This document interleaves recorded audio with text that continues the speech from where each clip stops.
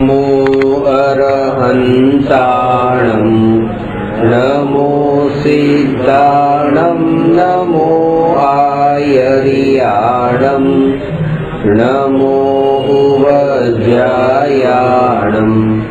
नमो लोये संवत्साहो।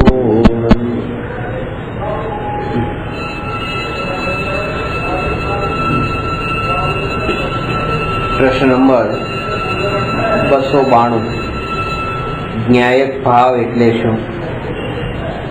પર થોડી ચર્ચા ગઈ વખતે છેલ્લે કરેલી કે સમયસારની છઠ્ઠી ગાથામાં આત્માને પ્રમત્ત પણ નથી અને અપ્રમત્ત પણ નથી, જ્ઞાયક ભાવ છે એમ સિદ્ધ કર્યો છે. અને એનો ખુલાસો એ કર્યો હતો કે પ્રમત્તનો અર્થ છે પહેલા ગુણસ્થાનથી છઠ્ઠા ગુણસ્થાન વાળો નથી, ને અપ્રમત્તનો અર્થ એ છે 7મા ગુણસ્થાનથી લઈને 14મા ગુણસ્થાન વાળો નથી. પ્રમત્ત અપ્રમત્ત નથી એનો અર્થ એ છે કે આત્માને ગુણસ્થાન નથી. જો કે ત્યાં એટલું જ લખ્યું છે કે આત્માને ગુણસ્થાન નથી, પણ સમજવાની 3 વાત છે કે આત્માને ગુણસ્થાન પણ નથી, માર્ગણા સ્થાન પણ નથી અને જીવ સ્થાન પણ નથી. કારણ કે ગુણસ્થાન પણ અનિત્ય છે, માર્ગણા સ્થાન પણ અનિત્ય છે અને જીવ સ્થાન પણ અનિત્ય છે. આ ત્રણેય પર્યાય છે અને આત્મા દ્રવ્ય છે, નિત્ય છે, એટલે આત્મા આ સર્વ સ્થાનોથી રહિત છે. એને અહીંયા હવે વિસ્તારથી બતાવે છે કે જ્ઞાન, દર્શન, સુખ, વીર્ય, શ્રદ્ધા, ચારિત્ર વગેરે અનંત ગુણોનો ઘનપિંડ ત્રિકાળી શુદ્ધ ધ્રુવ આત્મા દ્રષ્ટિનો વિષય છે. તેનું બીજું નામ જ્ઞાયક ભાવ છે. આત્માના મુખ્ય 6 ગુણો બતાવ્યા છે અને એ 6 ગુણોની પાછળ પણ પ્રયોજન છે. 6 ગુણોનો સંબંધ છે. આમ તો અનંત ગુણો છે, પણ અહીંયા જે 6 ગુણો બતાવ્યા એ 6 ગુણો ઘાતી કર્મની અપેક્ષાએ બતાવ્યા છે. કે ઘાતી કર્મમાં જ્ઞાનાવરણી, દર્શનાવરણી, મોહનીય અને અંતરાય, આ 4 કર્મ ઘાતી કર્મ છે. એમાં જ્ઞાનાવરણી કર્મના અભાવથી જ્ઞાન, દર્શનાવરણી કર્મના અભાવથી દર્શન, મોહનીય કર્મના અભાવથી સુખ અને અંતરાય કર્મના અભાવથી વીર્ય ગુણની પર્યાય પૂર્ણ શુદ્ધ પ્રગટ થાય છે. એટલે આ 4 કર્મના અભાવથી 4 ગુણ બતાવ્યા. પહેલા જ્ઞાન, દર્શન, સુખ અને વીર્ય. જ્ઞાનનો અર્થ જાણવું, દર્શનનો અર્થ દેખવું અને જાણવાનો અર્થ જાણવું અને દેખવાનો અર્થ દેખવું. જે આપણે સમજીએ છીએ એ નથી લેવાનું. જાણવાનો અર્થ છે સાકાર પ્રતિભાસ અને દર્શનનો અર્થ છે નિરાકાર પ્રતિભાસ. કોઈ પણ પદાર્થનો જે સામાન્ય પ્રતિભાસ થાય, સામાન્ય અવલોકન થાય, એનું નામ છે દર્શન. અને કોઈ પણ પદાર્થનું વિશેષ પ્રતિભાસ કે વિશેષ અવલોકન થાય એનું નામ છે જ્ઞાન. આનો અર્થ એ છે કે જ્યારે કોઈ પણ પદાર્થ આપણા જ્ઞાનમાં જણાય, એમાં એ મુખ્યતા નથી કે એ ઇન્દ્રિય વિના જણાયો છે કે મન વિના જણાયો છે, કે ઇન્દ્રિય સહિત જણાયો છે કે મન સહિત જણાયો છે, એની મુખ્યતા નથી. ત્યાં એટલું છે કે જ્ઞાન થાય. તો જ્યારે જ્ઞાન થાય છે ત્યારે જ્ઞાન થવાના આગલા સમયે એ પદાર્થ સંબંધિત સામાન્ય પ્રતિભાસ થાય છે, સામાન્ય નિરાકાર ઝલક થાય છે. એ નિરાકાર ઝલક જે ચેતનાનું જ પરિણમન છે. જે રીતે 2 પ્રકારની ચેતના કીધી, એ ઉપયોગનું જ આ 2 પ્રકારનું પરિણમન છે. એક તો દર્શન રૂપ પરિણમન અને બીજું જ્ઞાન રૂપ પરિણમન.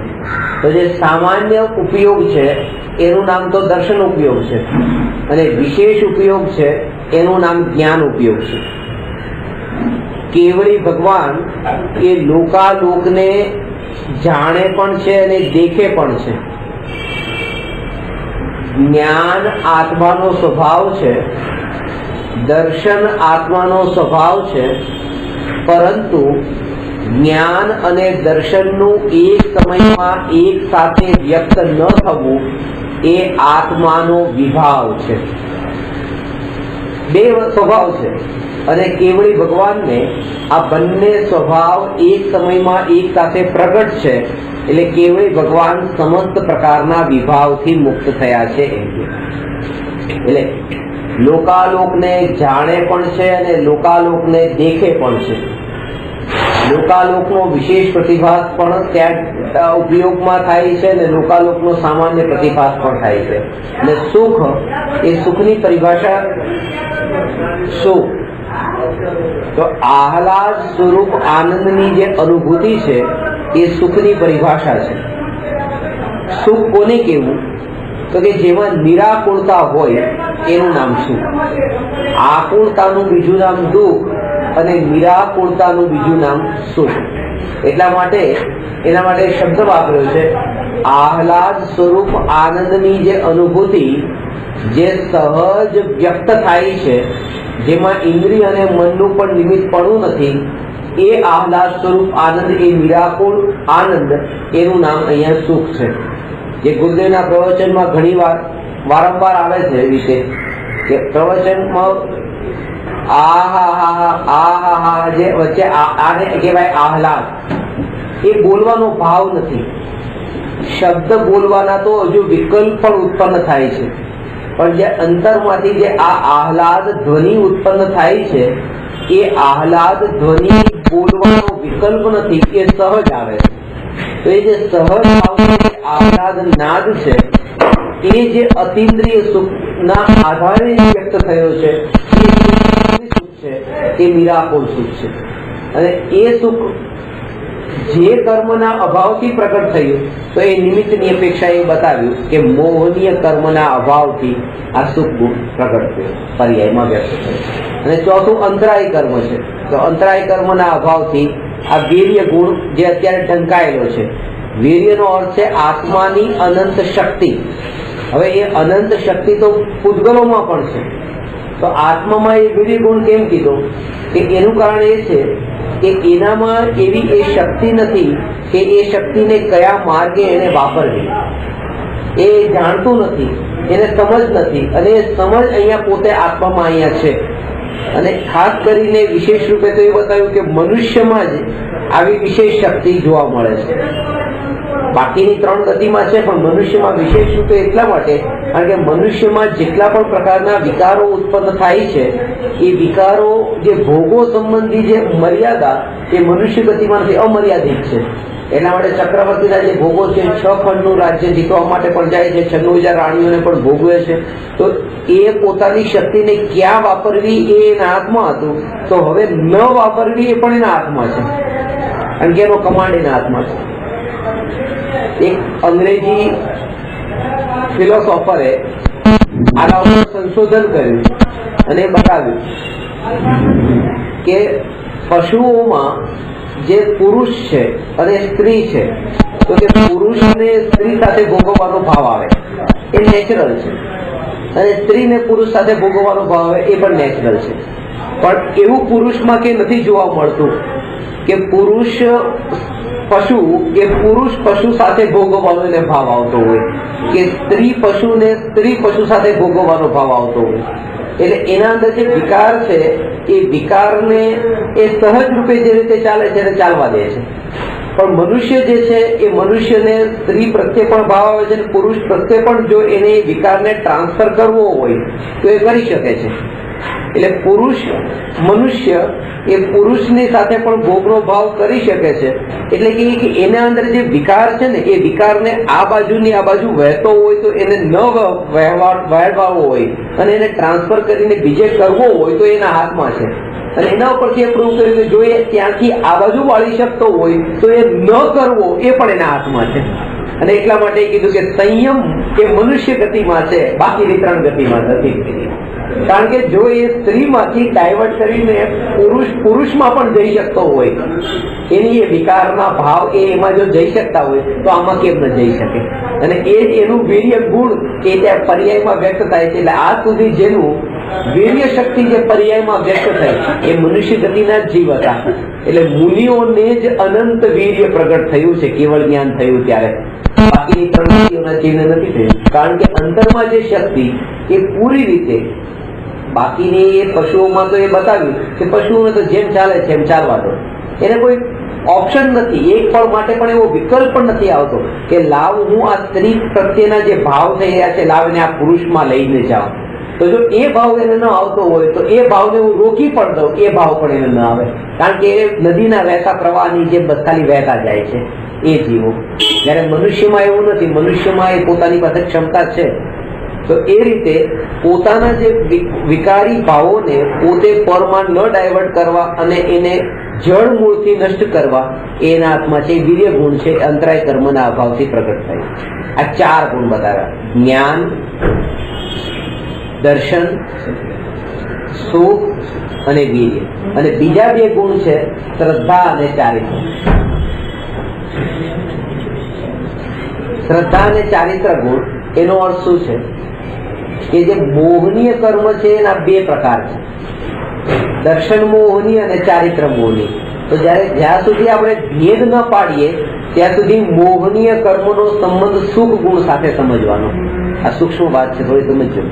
જ્યાં સુધી મોહનીય કર્મનો ભેદ ન પડે ત્યાં સુધી તો મોહનીય કર્મનો સંબંધ સુખ ગુણ સાથે છે. અને જેવો મોહનીય દર્શન મોહનીનો સંબંધ, ચારિત્ર મોહની કર્મનો સંબંધ સુખ સાથે નથી. દર્શન મોહની કર્મનો સંબંધ અને ચારિત્ર મોહની કર્મનો સંબંધ ચારિત્ર ગુણ સાથે થઈ જાય છે.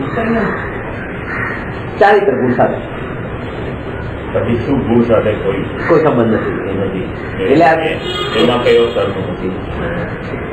એટલે કે આ જે ચારિત્ર મોહની કર્મમાં ચારિત્ર ગુણ, અને એવી રીતે કે આ તો સમજાવવા માટે, આ પણ ભેદ જે છે એ ભેદ પણ સમજાવવા માટે છે. મોહનીય કર્મ એક અભેદ છે અને દર્શન મોહની ચારિત્ર મોહની ભેદ છે. તો આ જે દર્શન મોહની ચારિત્ર મોહની એ જ અભેદ રૂપે જ છે. પણ જયારે એને અભેદ રૂપે જયારે આપણે લઈએ ત્યારે એમાં સુખ ગુણને મુખ્ય રાખવાનું છે. અને જયારે એમાં ભેદ કરીને લઈએ ત્યારે એમાં દર્શન મોહનીમાં પછી સુખ નહીં લેવાનું, ચારિત્ર મોહનીમાં સુખ નહીં લેવાનું. દર્શન મોહનીમાં શ્રદ્ધા ગુણ લેવાનો અને ચારિત્ર મોહનીમાં ચારિત્ર ગુણ લેવાનો. અને એટલા માટે એ દર્શન મોહનીય કર્મના અભાવથી એ ત્યાં સમ્યક દર્શન પ્રગટ થાય છે. શ્રદ્ધા ગુણ સંબંધ છે એના કારણે. અને ચારિત્ર મોહની કર્મનો સંબંધ ત્યાં પરિણતિ સાથે છે. એટલે જેટલા અંશે પરિણતિ નિર્મળ થઈ હોય એટલા અંશે ત્યાં ચારિત્ર મોહની કર્મનો સહજ રૂપે અભાવ થયો હોય, નિમિત્ત રૂપે. પણ જયારે 2ને ગૌણ રાખવામાં આવે કે દર્શન મોહની ગયું કે ચારિત્ર મોહની ગયું નહીં, મોહનીય કર્મનો અભાવ થયો, તો ત્યારે પછી એ સુખ ગુણ લેવાનું. કારણ કે બંને એકલી શ્રદ્ધા થવાનું નામ સુખ નથી, એકલી પરિણતિ નિર્મળ થવાનું નામ સુખ નથી. જ્ઞાન ગુણની પર્યાયમાં ત્રિકાળી ધ્રુવ ભગવાન આત્મા જણાય, શ્રદ્ધા ગુણની પર્યાયમાં એ ત્રિકાળી ધ્રુવ ભગવાન આત્મામાં એકત્વ થાય, અને ચારિત્ર ગુણની પર્યાય એ ત્રિકાળી ધ્રુવ આત્મામાં સ્થિર થાય. આ ત્રણેય જયારે અભેદ રૂપે પરિણમે છે, આ 3 પણ સમજાવવા માટે ગયા છે. સમ્યક દર્શન એ આત્માના શ્રદ્ધા ગુણની પર્યાય છે, શુદ્ધ પર્યાય. સમ્યક જ્ઞાન એ આત્માના જ્ઞાન ગુણની શુદ્ધ પર્યાય છે. સમ્યક ચારિત્ર એ આત્માના ચારિત્ર ગુણની શુદ્ધ પર્યાય છે. પણ નિર્વિકલ્પ આત્માનુભૂતિ એ આત્માના શ્રદ્ધા જ્ઞાન અને ચારિત્ર ગુણની પર્યાય નથી. એ આત્માના અનંત ગુણોનું અભેદ એક રૂપ પરિણમન છે. એટલે જેટલા ગુણો છે એ બધા ગુણોનું પર્યાય, એનું પરિણમન એકમાત્ર ત્રિકાળી ધ્રુવ ભગવાન આત્માનો જ આશ્રય લઈ રહ્યું છે, બીજું કોઈ નહીં. અને એટલા માટે એને જ નિર્વિકલ્પ અનુભૂતિ કીધી, નહીં તો બધો વિકલ્પ થાય. કારણ કે બધા ગુણો એક સાથે અભેદ રૂપે ત્યાં દ્રવ્યમાં અભેદ રૂપે પરિણમી ગયા છે. એક વાત બતાવી કે જેવું એ દ્રવ્ય જાણ્યું એવું જ એમાં એકત્વ થયું. અને જ્યારે એ જ્ઞાનમાં જાણ્યું ત્યારે હતું બધું જ, પણ ત્યારે જાણ્યું માત્ર એક આ ત્રિકાળી ધ્રુવ છે. ત્યાં પર્યાય પણ હતી, પણ પર્યાયને નહીં જાણી. પર્યાય દૂર નથી થઈ ગઈ. એ સમયે પણ પર્યાય હતી, પણ જ્ઞાનની પર્યાયમાં એકલું દ્રવ્ય જણાયું, ધ્રુવ તત્વ જણાયું. ત્યારે એ અનુભૂતિ સંભવ હોવા છતાં પણ ન દેખાય. એક ચોર પર કોર્ટમાં કેસ ચાલતો હતો અને એ કેસ ચોરીનો હતો. ચોરે ચોરી કરી હતી અને ચોરી એટલી મોટી હતી કે ભર બજારે દુકાનમાં બપોરના આટલી બધી ભીડમાં એ દુકાનદાર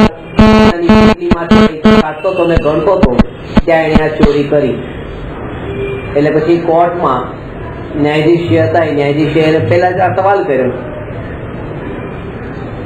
કે જનરલી તો ચોર રાત્રે એવી રીતે ચોરી કરવા જતા હોય છે અને એકાંતમાં છુપી રીતે તે આટલી ભર બજારમાં દુકાનમાં આટલા બધા લોકોની સામે આવી રીતે પોટલીમાંથી રૂપિયા ચોર્યા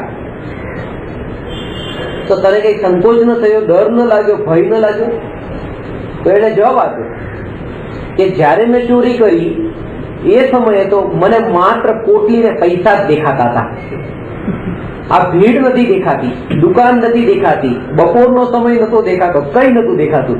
એ બધું હતું પણ બધું વિસ્મૃત થઈ ગયું, દેખાયું એક જ. એટલે મારા માટે તો કઈ બધું એવું જ છે કે જેવી રીતે કોઈને રાતના ટાઈમે ચોરી કરવા ત્યારે પોટલી દેખાય, મને પણ એ પોટલી જ દેખાડી છે, બીજું કઈ દેખાડું જ નથી. દેખાડું હોત તો એકવાર માટે વિકલ્પ આવે કે ના અત્યારે આ ચોરી નથી કરી, આટલા બધા લોકોનું ટોળું છે તો ક્યાં કરું. કહેવાનો અર્થ એ છે કે વસ્તુ સામે હોવા છતાં પણ એ દ્રષ્ટિમાં ન આવે, આવું બની શકે.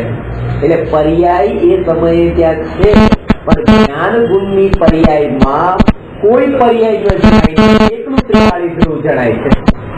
પર્યાય ગૌણ થઈ ગઈ છે, ત્યાં દ્રષ્ટિમાં નથી રહેતી. વસ્તુ સ્વરૂપમાં ત્યાં પર્યાય છે, પણ દ્રષ્ટિમાંથી એ ગૌણ થઈ શકે છે. અને આ રીતે જેણે પર્યાયને ગૌણ જાણીને દ્રવ્ય સ્વભાવને મુખ્ય જાણ્યું, કારણ કે દ્રવ્ય સ્વભાવનું હોવું કે પર્યાયનું હોવું એ બંનેને સુખ સાથે કોઈ સંબંધ નથી. અનુભૂતિ કોની કરી બસ એની સાથે સંબંધ છે, જે ગઈ વખતે આપણે ચર્ચા કરી હતી. અનુભૂતિ કોની કરી? દ્રવ્યની અનુભૂતિ કરી તો સુખ છે, અને જો પર્યાયની અનુભૂતિ કરી તો ત્યાં જ પછી એવી રીતે દુઃખ છે. કારણ કે પર્યાયની અનુભૂતિમાં જ વિકલ્પ છે. પર્યાયની નહીં કરવાની, પર્યાયમાં ભલે થાય. આ બેમાં ફરક છે. પર્યાયમાં અનુભૂતિ થાય છે પણ પર્યાયની નથી થતી.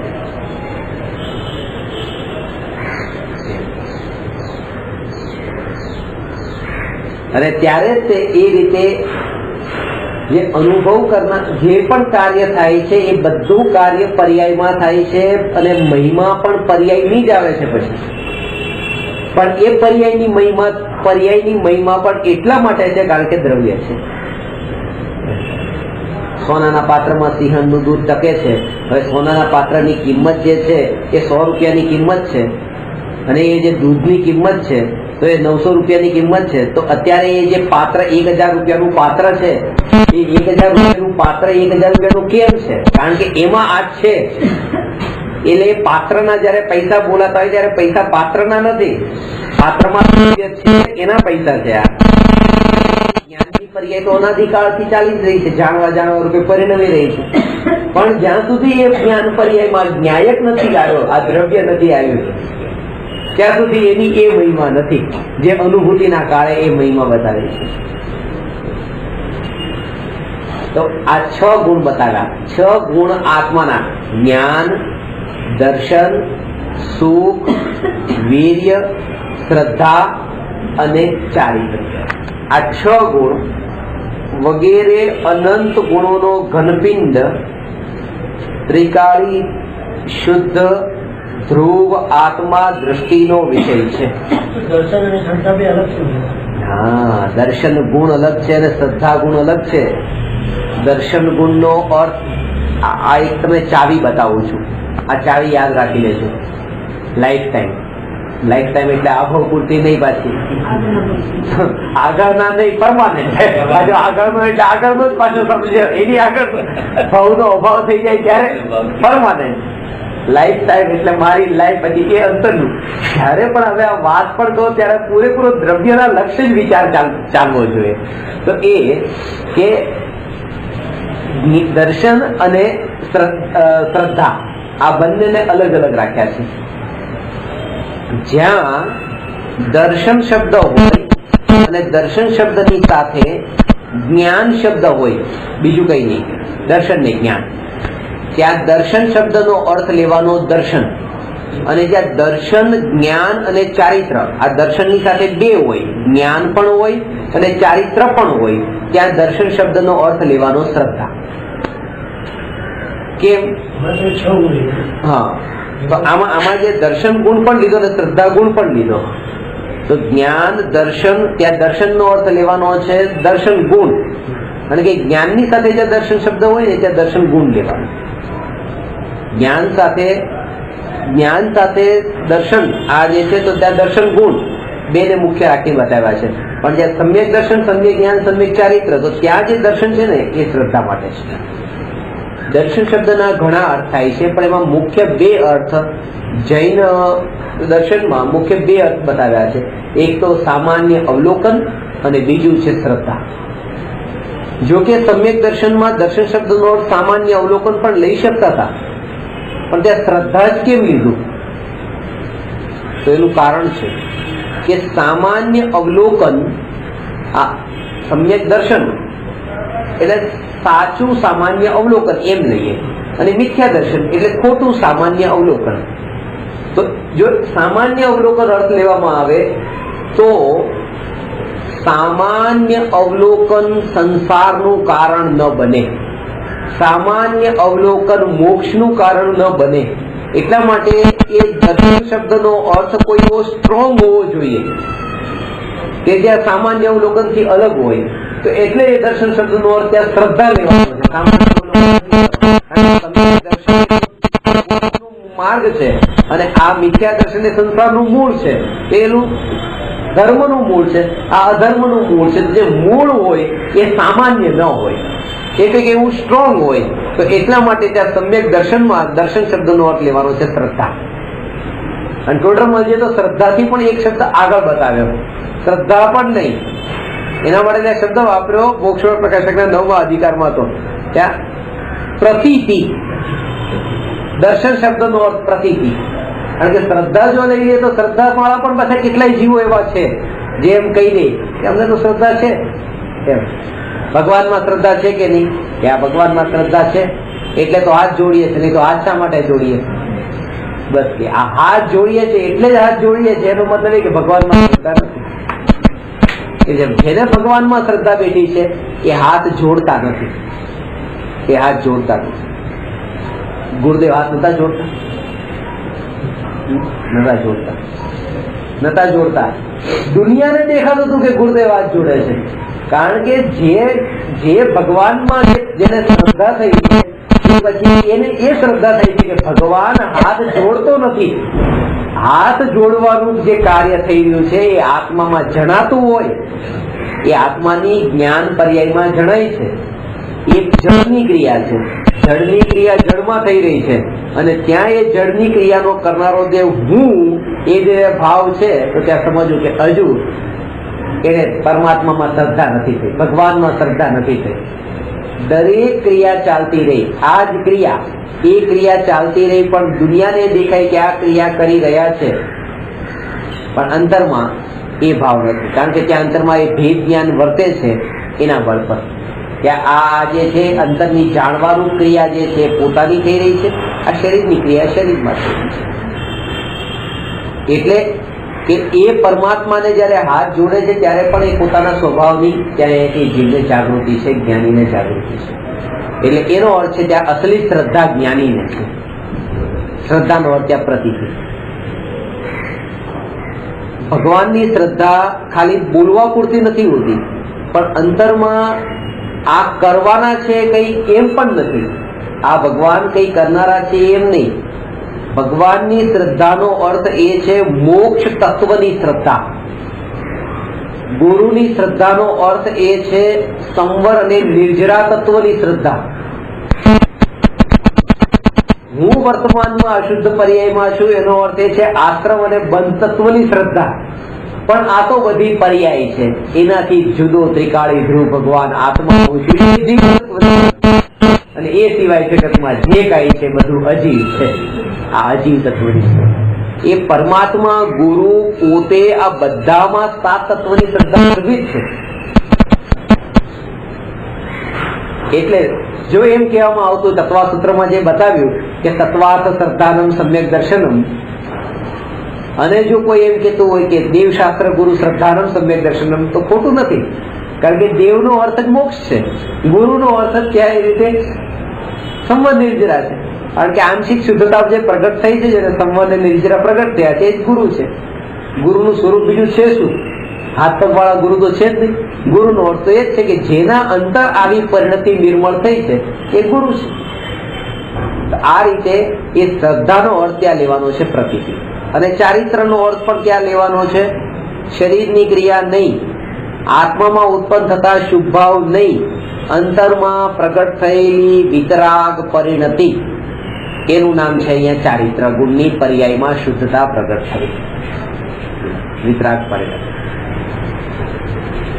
અનંત ગુણોનો ઘનપિંડ, સમયસારમાં 13મી ગાથામાં જે શુદ્ધ નહીંનું કથન કર્યું કે ઘનપિંડનો અર્થ એ કે જે જીવ પોતે પોતાને જ્ઞાયક રૂપે જાણે છે. આજે થોડી વિસ્તારથી વાત તમને બતાવું છું કે પોતે જે પોતાને આત્મા જાણે છે એ જીવ હવે જગતના જેટલા જીવ છે એને હવે કીડી મકોડા તરીકે નથી જાણતો. હવે એને પણ આત્મા જાણે છે.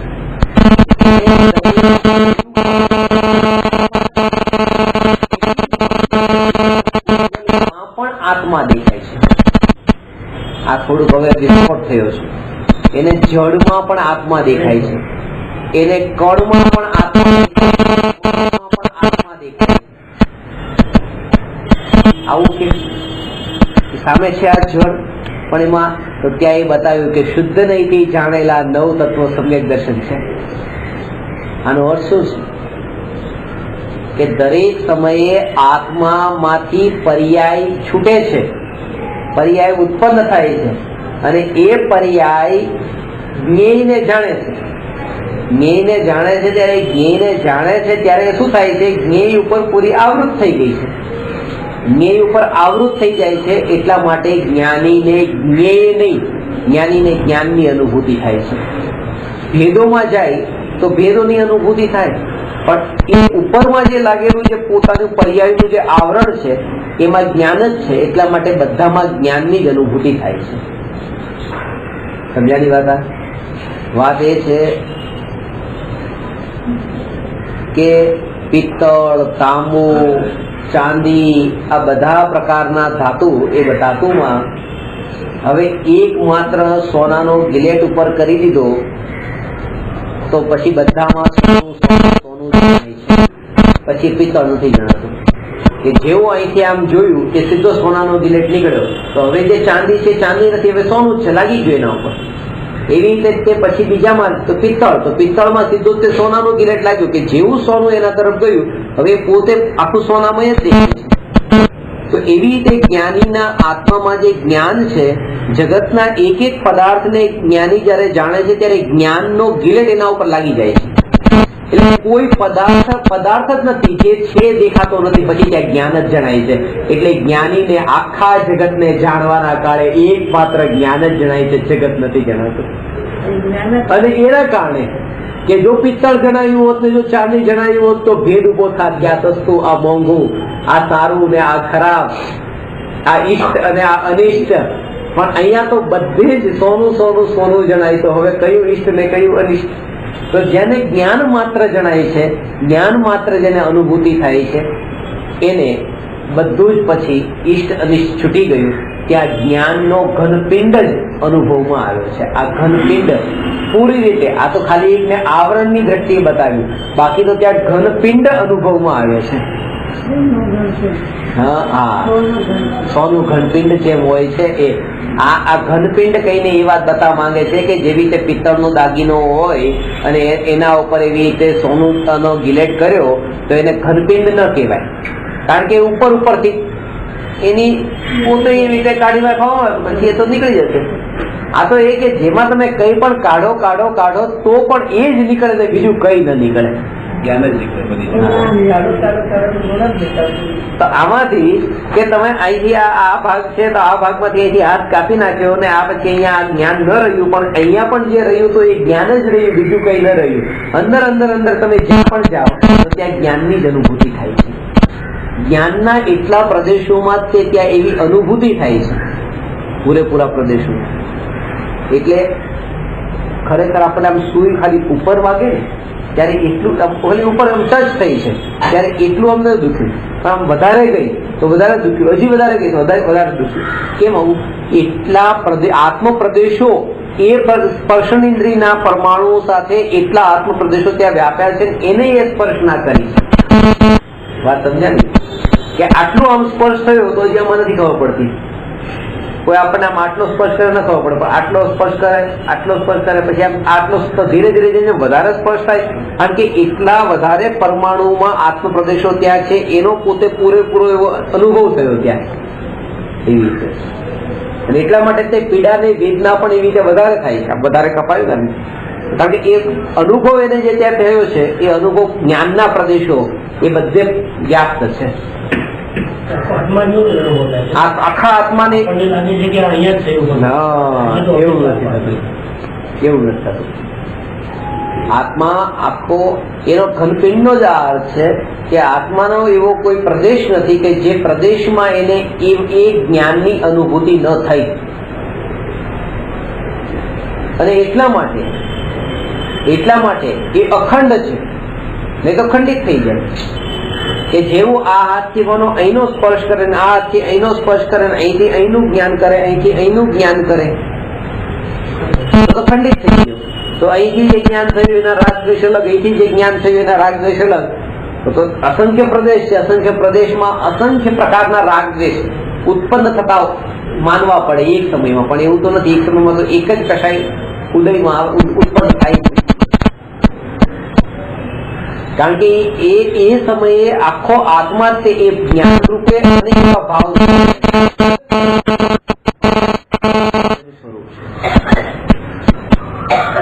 આ ઘનપિંડ છે, ત્રિકાળી છે. આ ત્રિકાળીપણું તો ત્યારે જ ખબર પડશે જ્યારે જગતનું ક્ષણિકપણું ખબર પડશે.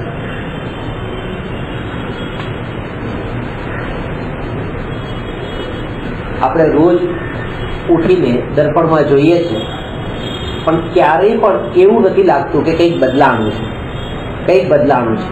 તો એમ લાગે એવું જ છે, બરાબર છે, ક્યાં કઈ ચાલે, બધું એવું જ લાગે છે, કંઈક બદલાણું એવું જ નથી લાગતું. પણ આમાં ઘણું બધું બદલાઈ ગયું છે. એ નાનપણથી લઈને અત્યાર સુધી આમ જો એ નાનપણનું સ્વરૂપ ને અત્યારનું સ્વરૂપ જો બે બાજુમાં રાખવામાં આવે તો કોઈ કહી જ ન શકે કે આ જ વ્યક્તિ આ છે. અથવા જયારે નાનપણમાં આપણને જોયા હોય અત્યારે જોઈએ તો ઓળખી પણ ન શકે કે આ તમે છો. તો એ પરિવર્તન તો થયું છે, પણ આત્માને અંતરમાં એક સમય માટે પણ એવો અહેસાસ જ નથી થતો કે કંઈક બદલાઈ ગયું છે. અને એટલા માટે થઈને નિત્ય સુધી પહોંચતું નથી, કારણ કે અનિત્યપણાનો પેલા એને બોધ થાય તો નિત્ય સુધી પહોંચે. અને બોધ બે કારણથી થઈ શકે, બે અપેક્ષાએ એ બોધ થઈ શકે. આ બહુ સૂક્ષ્મ વાત છે, બહુ સૂક્ષ્મ છે. આ વાત સમજો કે એક તો એવી રીતે આ જે અનિત્ય બદલાવ, જે ચેન્જીસ, જે પરિવર્તન જે થઈ રહ્યું છે એ પરિવર્તન કેટલું ફાસ્ટ થઈ જાય તો એનો બોધ આપણને થાય. જેમ અત્યારે કાચનો ગ્લાસ પડ્યો નીચે પડી ફૂટી જાય તરત જ એક સાથે સડનલી ચેન્જીસ, તો ખબર પડી જો આ બદલાણું. તો આવી રીતે આ શરીરના જે પરમાણુઓ છે એનું એવી રીતે સડનલી જો ચેન્જીસ થઈ જાય કે યુવાથી સીધું જ વૃદ્ધ, તો ખબર પડે કે જો આ ક્ષણિક છે. અથવા તો જો એ સડનલી ચેન્જીસ ન થાય તો પણ બીજો ઉપાય છે કે આત્માનું જ્ઞાન એટલું સૂક્ષ્મ થઈ જાય તો એને પકડી શકે કે જો આ ચેન્જીસ થઈ રહ્યું છે, બે અપેક્ષા થઈ શકે, કાં તો એનું ચેન્જીસ ફાસ્ટ થઈ જાય અથવા તો પોતાનું જ્ઞાન એટલું સૂક્ષ્મ થઈ જાય। હવે એ ચેન્જીસ તો ફાસ્ટ થતું નથી, કારણ કે તો જે ગતિથી થાય તે ગતિ થઈ શકે, ખાસ એટલું થઈ શકે પોતાના ઉપયોગને સૂક્ષ્મ કરીને એને જાણે તો ખબર પડશે કે આમાં અનિત્યપણું છે, નિત્યપણું નથી। એટલે દરેક સમયે જે સ્થિતિ આવે છે એ સમયે આ સ્થિતિ પણ જવાની છે, આ સ્થિતિ પણ જવાની છે, પણ એ સ્થિતિ જવાની છે એ સુખી થવાનો આ ચિંતન, આ વિચાર સુખી થવાનો ઉપાય નથી। એક રાજા માટે રાજ્યમાં એમ કહેવાય છે કે આ રાજાને કોઈ હવે ભય નથી, ચિંતા નથી, પણ પોતે અંતરથી તો ભયભીત હતો। એટલો પોતાના મંત્રીઓને કીધું કે તમે બધા વિદ્વાનોને બોલાવીને લાવો, આપણા રાજ્યમાં જેટલા વિદ્વાન છે ને એ વિદ્વાનોને બોલાવીને લાવો। અને બોલાવ્યા પછી વિદ્વાનો સાથે વાતચીત કરીને કીધું કે તમે મને ટૂંકમાં કંઈક બોધ આપો, એવો બોધ આપો ખરા ટાઈમે મને કામમાં આવી જાય, ખરા ટાઈમે, અને ટૂંકો ને ટચ બોધ આપજો બસ, કે જે છેલ્લી ઘડી આ મરણ સામે આવતું હોય કે સામે માનો કે હું મૃત્યુ સામે દેખાતું હોય એ સમયે હું બસ ખાલી એક જ વાક્યમાં, એટલે ઘણા બધા એ લોકોએ કોશિશ કરી પણ બહુ વાક્ય બહુ મોટા થઈ જતા હતા, એટલે પછી આ બધા હારી ગયા। એટલે એક ફકીર ત્યાં રાજ્યમાં હતો, એ ફકીરની પાસે જઈને પછી આ બધાએ કીધું કે અમે તો હારી ગયા, તમારી પાસે કઈ છે? તો કે ઠીક છે, હું રાજા પાસે જઈશ। રાજાને કહે છે કે લો હું તમને આ વીંટી આપું છું, આ વીંટી આપું છું, અને વીંટીમાં જે હીરો જડેલો છે એ હીરાની પાછળ એક ચિઠ્ઠી છે,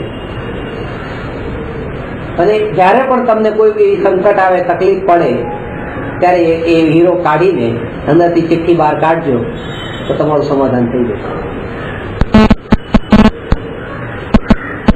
પણ એ શરત છે કે એ ચિઠ્ઠી ત્યારે જ કાઢવાની જ્યારે કોઈ ઉપાય ન બાકી રહે, બધી રીતે તમે હારી ગયા હો, કોશિશ પૂરેપૂરી કરી લીધી હોય પણ તો પણ ક્યાંય સફળ ન થાવ, ત્યારે પછી આ ચિઠ્ઠી કાઢજો। સારું, હવે રાજા યુદ્ધ માટે જાય છે અને યુદ્ધ માટે એવા હારના કગાર પર પહોંચી જાય છે, બિલકુલ હારવાની તૈયારીમાં, પોતાનું સૈન્ય બધું મરતું જાય છે, નષ્ટ થતું જાય, અને કોઈ પણ જે પોતાની સાથે જે હતા એક પણ સાથે ન રહ્યા, અને જોયું કે સામે તો હવે મોટી ખાઈ છે અને પાછળ શત્રુ પક્ષનું સૈન્ય છે, બે બાજુથી મરવાનું છે। ત્યારે પછી એનું થયું કે લાવ આ વીંટી, એ વીંટીમાં આજે હીરો છે, હીરો કાઢીને અંદરથી ચિઠ્ઠી બહાર કાઢું। ચિઠ્ઠી ખોલી જોયું, એમાં લખ્યું હતું આ ક્ષણ પણ જતી રહેવાની છે, એટલું લખ્યું, આ ક્ષણ પણ જતી રહેવાની છે, હંમેશા માટે થોડી આવી છે, આ અનિત્ય છે, એના અંદરમાં બળ આવી ગયું, ઠીક છે, આ ક્ષણ પણ જતી રહેવાની છે, તો હવે ડરવાની શું જરૂર છે? સદભાગ્યથી એ બચી ગયો, શાસન પર પાછો આવી ગયો, રાજા બની ગયો, ત્યાં પછી પેલી વાત પાછી ભૂલાઈ ગઈ કે આ ક્ષણ પણ જતી રહેવાની છે। અનિત્યનો બોધ તો થયો પણ અનિત્યના લક્ષ્ય થયો। અત્યારથી બીજે નિત્યના લક્ષ્ય અનિત્યનો બોધ ન થયો, ક્ષણિકનો બોધ ન થયો। તો જે પેલું જે ત્યારે લાગ્યું કે સામે ખાઈ છે અને આ પણ આવી છે, વાંધો નહીં, આ પણ જતી રહેવાની છે, આ જે શાસન પર બેઠો છે એ પણ ક્યાં ટકવાની છે? અનિત્યપણું એટલું ક્ષણભંગુર લાગે, એટલું અસાર લાગે, એના બળ પર જ નિત્યની મહિમા વધશે। આ એક ચાવી છે, એટલા માટે અનિત્ય ને નિત્યને બંનેને સાથે રાખીને સમજાવ્યા છે। જેટલી અનિત્ય પદાર્થોની અસારતા અનુભવમાં આવવા લાગે એટલી નિત્યતાની મહિમા વધવા લાગે, ઓટોમેટિકલી એનું રિઝલ્ટ છે। આ પણ અનિત્ય છે, આ પણ અનિત્ય. પણ એક વાત ખાસ યાદ રાખવી કે આ પણ અનિત્ય છે એ વિચાર જે છે એ સાચા સુખનો ઉપાય નથી. સાચા સુખ કારણ કે આ પણ અનિત્ય છે, આ પણ અનિત્ય છે, એમાં દ્રષ્ટિ અનિત્ય ઉપર રહી, પર્યાય પર રહી, પર્યાય ઉપર દ્રષ્ટિ રેવી, ત્રિકાળી ધ્રુવ પર દ્રષ્ટિ સ્થિર થવી એ સુખનું કારણ છે. એટલે અહીંયા આ નિત્ય ત્રિકાળી કીધો છે કારણ કે જ્ઞેયકૃત અશુદ્ધતા જ્ઞાયકમાં નથી. આ શબ્દનો અર્થ શું છે? જ્ઞેયકૃત અશુદ્ધતા નથી એટલે કે જેવી રીતે આ દીપક માંથી જેમ ધુમાડો નીકળ્યો છે અને જ્યોતિ પણ નીકળી છે, હવે પ્રકાશ પણ છે ને ધુમાડો પણ છે, પણ એ ધુમાડો જ્યોતિમાં મળ્યો છે? જ્યોતિમાં નથી મળ્યો. ધુમાડાને પ્રકાશિત કરનાર છે જ્યોતિ, જેને પ્રકાશિત કર્યું એ મલિન છે, પણ મલિન હોવા છતાં પણ પ્રકાશિત કરીને પણ પોતે મલિન નથી થઈ, પોતે તો બિલકુલ ધુમાડાથી રહિત જ છે. એનો સ્વભાવ ધુમાડો નથી થતો, જ્યોતિનો સ્વભાવ તો બસ પ્રકાશ જ છે. તો એ રીતે આ જ્ઞાયક જ્ઞેયોને જાણે છે, પણ જ્ઞેયકૃત અશુદ્ધતા જ્ઞાયકમાં મળતી નથી, જ્ઞેયમય થતો નથી. એ શુદ્ધ છે, ધ્રુવ છે. આ બેમાં અંતર છે, ત્રિકાળી અને ધ્રુવ. ત્રિકાળીમાં અને ધ્રુવમાં અંતર છે. એ આ જે ત્રિકાળીપણું બતાવે છે એના કાળની અપેક્ષા એ બતાવે છે, કાળની અપેક્ષા. ત્રણેય કાળમાં છે એટલે ત્રિકાળી છે. અને પોતે આ સ્વભાવથી અન્ય સ્વભાવ રૂપે થતો નથી એટલા માટે ધ્રુવ છે. આ એની ધ્રુવ. સમજાય વાત? ફરીથી બતાવું. જો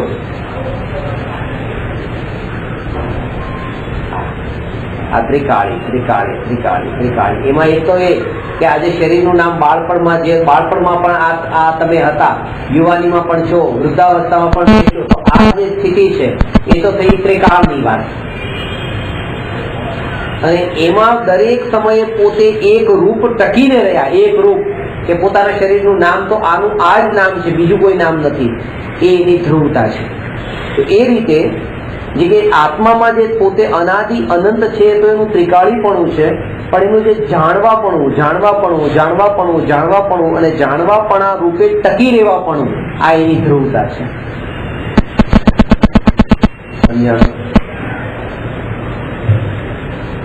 એટલા માટે આ ધ્રુવ શબ્દ એ વાતને બતાવે છે કે જાણવા સિવાય ભૂતકાળમાં બીજું કંઈ કર્યું નથી. એટલે હું તો ભગવાન આત્મા છું, મેં જાણ્યા સિવાય બીજું કંઈ કર્યું નથી. અને પછી આપણે એમ કહીએ કે મેં એકેન્દ્રિય જીવોને દુઃખ પહોંચાડ્યું હોય તો હું માફી માંગુ છું. એવી રીતે પાંચેય ઇન્દ્રિય જીવોની માફી માંગીએ તો એ વાતને બતાવે છે કે હજુ આ જીવને તો સમજ જ નથી, અનુભવ તો પછી, સમજ પણ એટલી નથી. એક બાજુ એમ કહે છે કે હું પોતે ધ્રુવ છું એટલે જાણપણામાં સ્થિત છું. તો જાણપણામાં જે સ્થિત હોય એ બીજાને નુકસાન કેવી રીતે પહોંચાડે કે માફી માંગવા જવું પડે? મેં તમારું કંઈ બગાડ્યું હોય તો તમને માફી માંગવા આવું, પણ મેં બગાડ્યું જ નથી, માત્ર જાણવા રૂપે છું. જ્યારે હું એક બાજુ એમ કહું છું કે હું પોતે જાણપણામાં જ ધ્રુવ રૂપે ટકેલો છું, તો આ બીજો વિકલ્પ જ ઉભો નથી થતો કે લાવું આ જીવની માફી માંગવા જાઉં.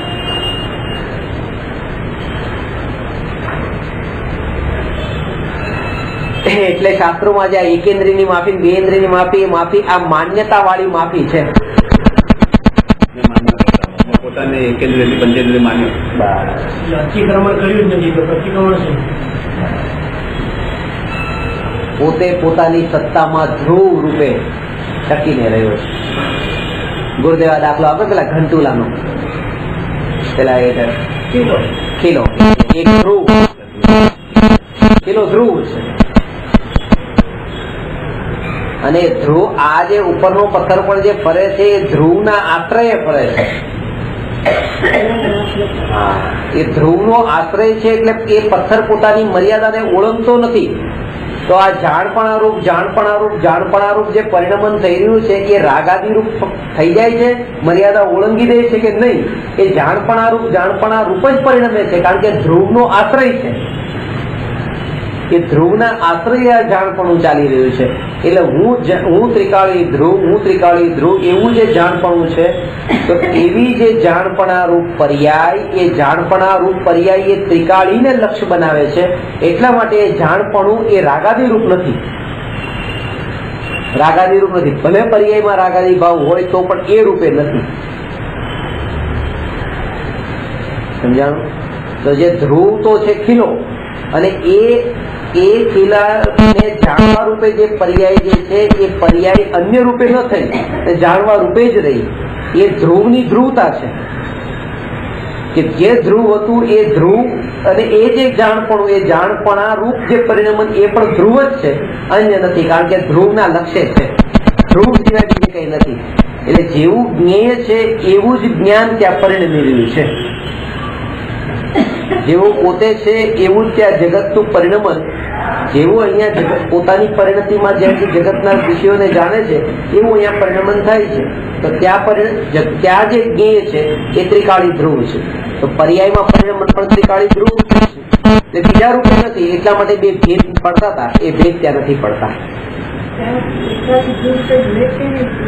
ત્રિકાળી ધ્રુવ જ્ઞેય તત્વ છે. ત્રિકાળી ધ્રુવ જે છે એ જ્ઞાન નથી. કારણ કે જે જ્ઞાન, જે જાણવારૂપ કાર્ય કરે છે એ તો પર્યાય છે, અને આ તો દ્રવ્ય છે, ત્રિકાળી છે. એ તો દ્રષ્ટિમાં આવનારું છે, એ દ્રષ્ટિ કરનારું નથી.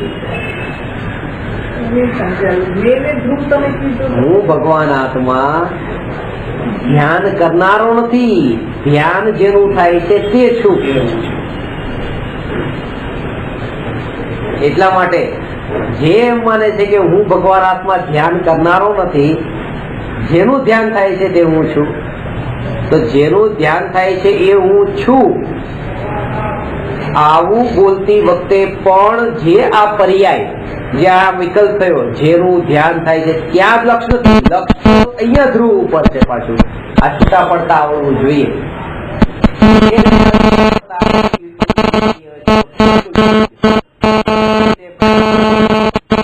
આ જે જ્ઞાન પર્યાય છે તે હું નહીં. જ્ઞાન પર્યાય તે હું નહીં. જ્ઞાન પર્યાય જે ત્રિકાળી ધ્રુવને લક્ષ્ય કરે છે તે ત્રિકાળી ધ્રુવ તે હું. હવે તે ત્રિકાળી ધ્રુવ તે હું, તે ત્રિકાળી ધ્રુવ તે હું, આ પણ પર્યાયમાં જ થઈ રહ્યું છે. પણ આવું જે પર્યાયનું પરિણમન થઈ રહ્યું છે, જોર એના ઉપર નથી. જોર બિલકુલ દ્રવ્ય પર છે, પૂરેપૂરું. કારણ કે અનુભૂતિ ત્યાં સુધી નથી થતી જ્યાં સુધી આ પર્યાય ઉપરનું જોર હોય છે, પર્યાયની જ અનુભૂતિ કરતો હોય છે.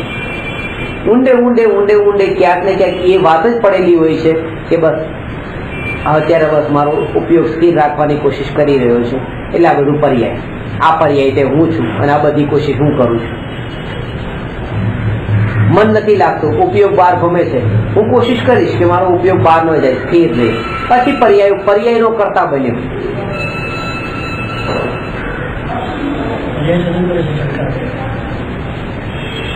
ત્રિકાળી જે હતું, ત્રિકાળી ઉપરનું એનું જોર એટલું હતું, એટલે જ તે એને આ વિકલ્પો અટકાવી દે છે.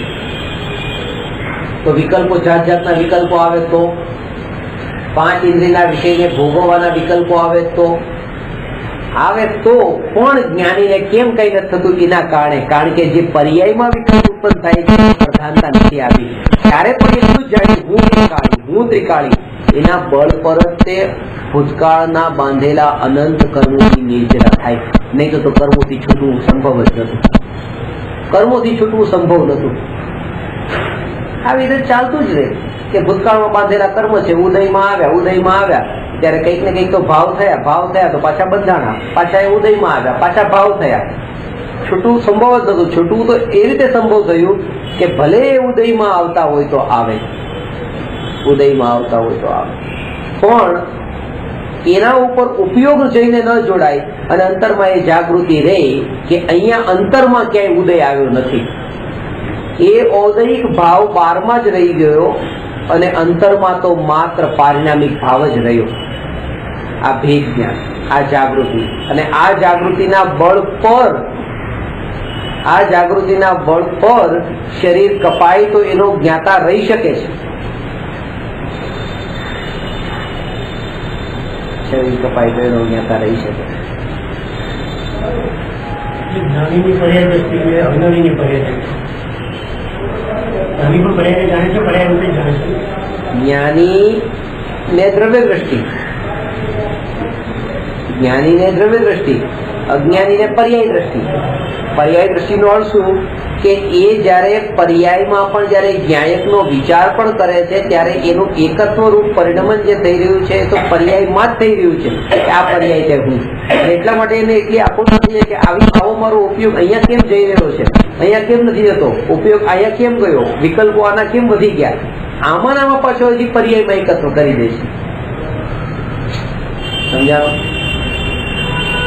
તમને આટલા બધા વિકલ્પો થાય છે આવતા અઠવાડિયાના, કેટલા જણા છે, તમારે એ નથી, શું મતલબ? શું મતલબ? ન્યાયક વ્યવસ્થા તો કોને સંભાળવાની? મારે સંભાળવાની છે. તો હું તો પૂછતો નથી, કારણ કે મારે ક્યાં સંભાળવાની, મારે ક્યાં સંભાળવાની. એટલે આ વાત છે. ખરેખર આજની તારીખમાં મને ખબર નથી કે તમે ક્યાં રોકાશો, તમે ક્યાં, ખરેખર નથી. કારણ કે એ ઉદય જ કરશે, જે કરશે તે કરશે, થશે બધું. એમ નથી કેતો કે બધું બરાબર થશે. લોકમાં એમ જ કે જો હોગા વો અચ્છા હોગા, જો હોગા વો અચ્છા હોગા, જો હોગા વો અચ્છા હોગા નહીં, જો હોગા વો હોગા.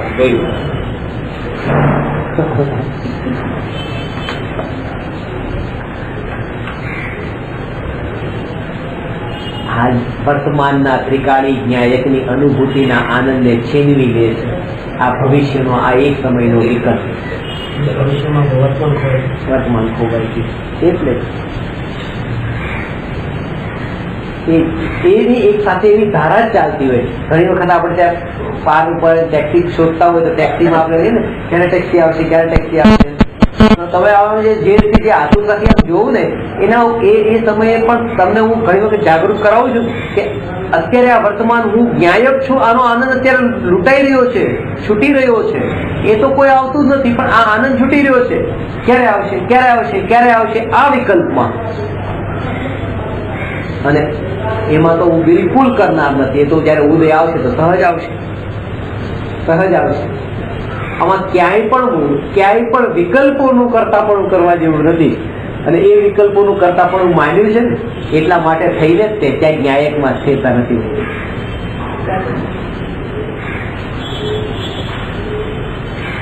તો વિકલ્પ નહીં કરો ને,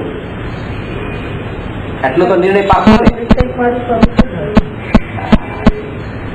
વિકલ્પ મારું સ્વરૂપ નથી, પણ આ તો નથી, અનાદિકાળથી નથી ને. ફાયદો શું છે?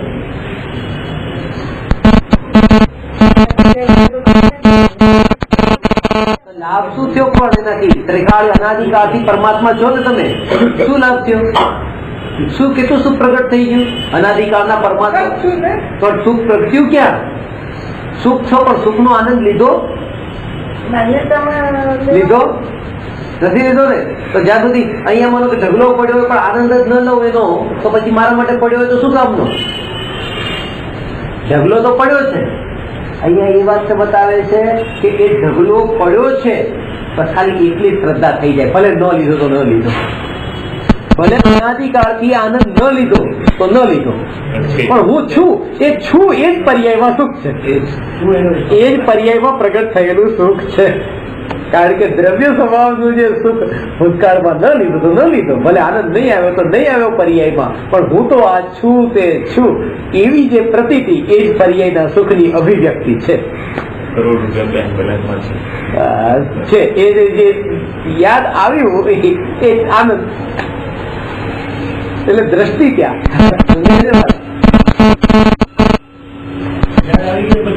રીતે રહી જાય. હા, આના પછી જઈને આના પછી કેટલા પદ્ધતિ એક જ કામ કરવા જેવું છે. એક જ કામ અત્યારે આ ભૂમિકામાં વ્યવહારનો ઉપદેશ તો આપવું એ ત્રિકાળી ન્યાયકના સંસ્કાર દ્રઢ થાય એ યોગ સિવાય બીજો કોઈ યોગ અત્યારે મારે જોઈએ નહીં.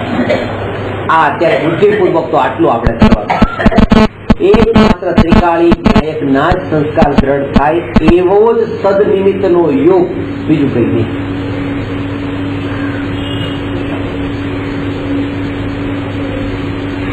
આને કહેવાય સ્વચ્છંદી થઈને પ્રવર્તવું નથી. કારણ કે તમારો કોઈ યોગ એવો પણ પાછો આવશે કે જેમાં તમને કોઈ પાછળ ખેંચીને લઈને પણ જાય કે લાવ ભાઈ, આ જો આટલી ભગવાનની ભક્તિનો ભાવ, આ તો આટલો તો ઉત્તમ છે, આ તો આટલો તો ઉત્તમ છે. એમાં પણ ક્યાંક ને ક્યાંક મનને જોડી દઈએ તો ઘણા વિકલ્પો થઈ જાય. પણ બીજા સાથે જોડાવા વાળા પરનો જે વિકલ્પ છે, પરદયા છે, એ પરદયા પછી ઉપાધિ લાગવા લાગે. મનનો વિકલ્પ છે ત્યાં જોડવા સ્વીકારી શકે. જે પ્લેટો, એરિસ્ટોટલ, સોક્રેટિસ અને એવા જ આ કાન્ટ નામના એક ફિલોસોફર થયા. એ કાન્ટે એક વાત એ બતાવી છે કે બ્રહ્મચર્ય એ બહુ મોટું પાપ છે. અને એનું એને તર્ક આપ્યો છે. બે પ્રકાર છે.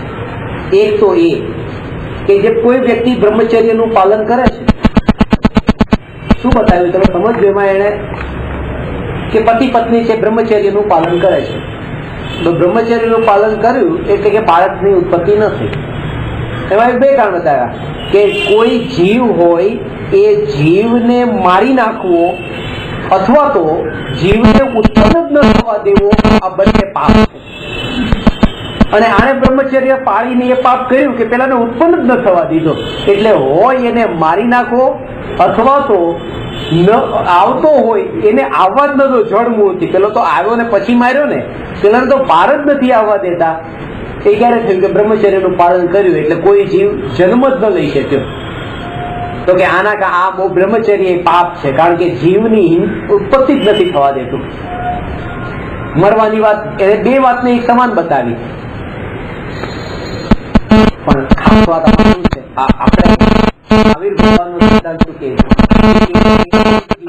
પર જીવો ઉપર કરુણાનો ભાવ વધારે આવે છે અને નિજ આત્મા પ્રત્યે કરુણાનો ભાવ ઓછો આવે છે. એને એવું લાગશે, એને આ વાત ગમશે કે બરાબર છે, બીજા જીવે તે ઉત્પન્ન તો થવું જોઈએ ને. પણ જે વિચાર કરે કે આ વિકલ્પથી તો નિજ આત્માનો ઘાત થઈ ગયો. આ વિકલ્પ જે ભોગનો વિકલ્પ, એનાથી નિજ આત્માનો તો ઘાત થયો, કારણ કે આત્માની અનુભૂતિનો આનંદ તો ઘવાઈ ગયો, છૂટી ગયો.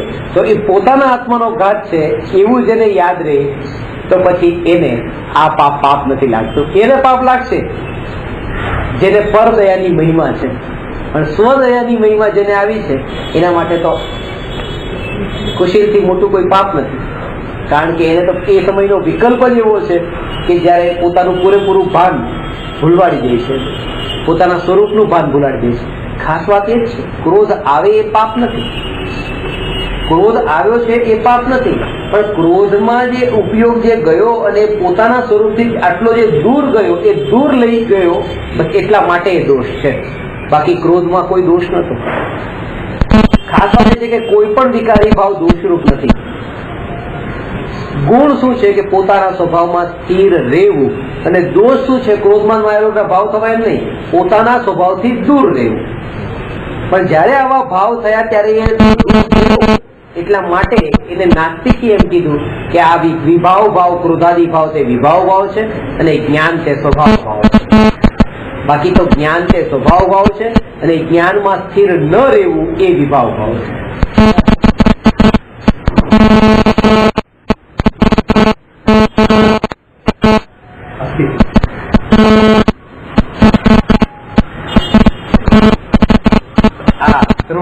આત્મા દ્રષ્ટિનો વિષય. દ્રષ્ટિ મતલબ જોવું નહીં. અહીંયા દ્રષ્ટિનો અર્થ પાછો અલગ છે. દ્રષ્ટિનો વિષય છે એટલે એકત્વ કરવાનો વિષય છે. દ્રષ્ટિનો વિષય એટલે એકત્વનો વિષય. નજરમાં આવે બધું, પણ દ્રષ્ટિમાં શું છે કે જેનામાં એકત્વ કરવાનું છે તે એ દ્રષ્ટિનો વિષય. તો ઘણી બધી વસ્તુઓ અહીંયા પડેલી છે, પણ દ્રષ્ટિના વિષયમાં કે જેમાં એકત્વનો ભાવ છે એ જેના માટે દ્રષ્ટિનો વિષય છે. જ્ઞાનનો વિષય જે છે એ તો આખું જગત હોય, પણ દ્રષ્ટિનો વિષય આખું જગત ન હોય. દ્રષ્ટિનો વિષય ત્રિકાળી ધ્રુવ ભગવાન આત્મા છે. કેવળી ભગવાનના પણ જ્ઞાનનો વિષય તો લોકાલોક છે, અને દ્રષ્ટિનો વિષય લોકાલોક નથી. દ્રષ્ટિનો વિષય એક છે. દ્રષ્ટિનો વિષય કહો કે પરમ શુદ્ધ નિશ્ચય નયનો વિષય કહો, એક જ વાત છે. જ્ઞાનનો વિષય એ પ્રમાણનો વિષય છે, દ્રષ્ટિનો વિષય એ નયનો વિષય છે. જ્ઞાનનો વિષય એ અનેકાંતનો વિષય છે, દ્રષ્ટિનો વિષય એ એકાંત રૂપ છે, અનેકાંત રૂપ નથી. કેમ? કારણ કે ત્યાં પર્યાય નથી, પરદ્રવ્ય નથી, પોતે અભેદ છે. આ રીતે એનું તે સ્વરૂપ બતાવ્યું. તેનું બીજું નામ જ્ઞાયક ભાવ છે. જ્ઞેયોને જાણતો હોવાથી શુદ્ધાત્માને જ્ઞાયક કહેવામાં આવે છે. જો કે જ્ઞાયકનું જ્ઞાયકપણું જ્ઞેયોને આધીન હોતું નથી. જ્ઞાયક પોતે સ્વભાવથી જ જ્ઞાયક સ્વરૂપ હોવાથી જ્ઞાયક છે. જ્ઞેયોને જાણે તેને જ્ઞાયક કહેવાય. એટલે જ્ઞેયો એટલે આ જગતના જ્ઞેય. તો કે જ્ઞેય એટલે ઓબ્જેક્ટ, જ્ઞાયક એટલે સબ્જેક્ટ. હવે જ્ઞાયકને જે નામ મળ્યું જ્ઞાયક, એ કોના કારણે મળ્યું? એટલે જ્ઞેયો નહીં. એટલે જ્ઞાયકનું નામ પણ પરના કારણે છે એવું થયું. એનો મતલબ કે જો જ્ઞેય ન હોત તો આને જ્ઞાયક કેવી રીતે કહેવાય?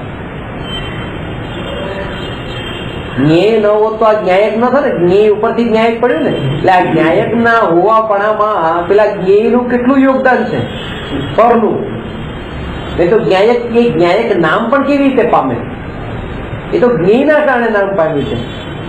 ત્યારે એ કીધું કે એ જ્ઞેયોએ પણ જ્ઞેય નામ કોના કારણે પામ્યું છે? જ્ઞાનના કારણે. એટલે જ્ઞાન જેને જાણે છે તે જ્ઞેય છે, અને જ્ઞેય જેમાં જણાય છે તે જ્ઞાયક છે.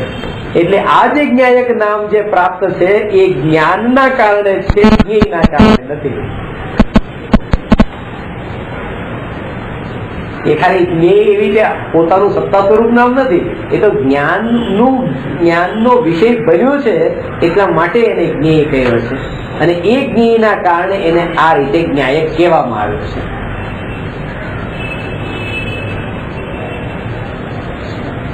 પોતે જ્ઞાયક પોતે સ્વભાવથી જ જ્ઞાયક સ્વરૂપ હોવાથી જ્ઞાયક છે.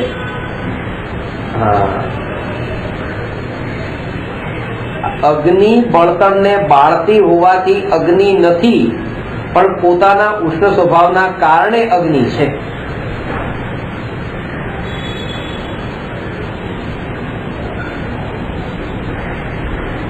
આ બેમાં ફરક છે.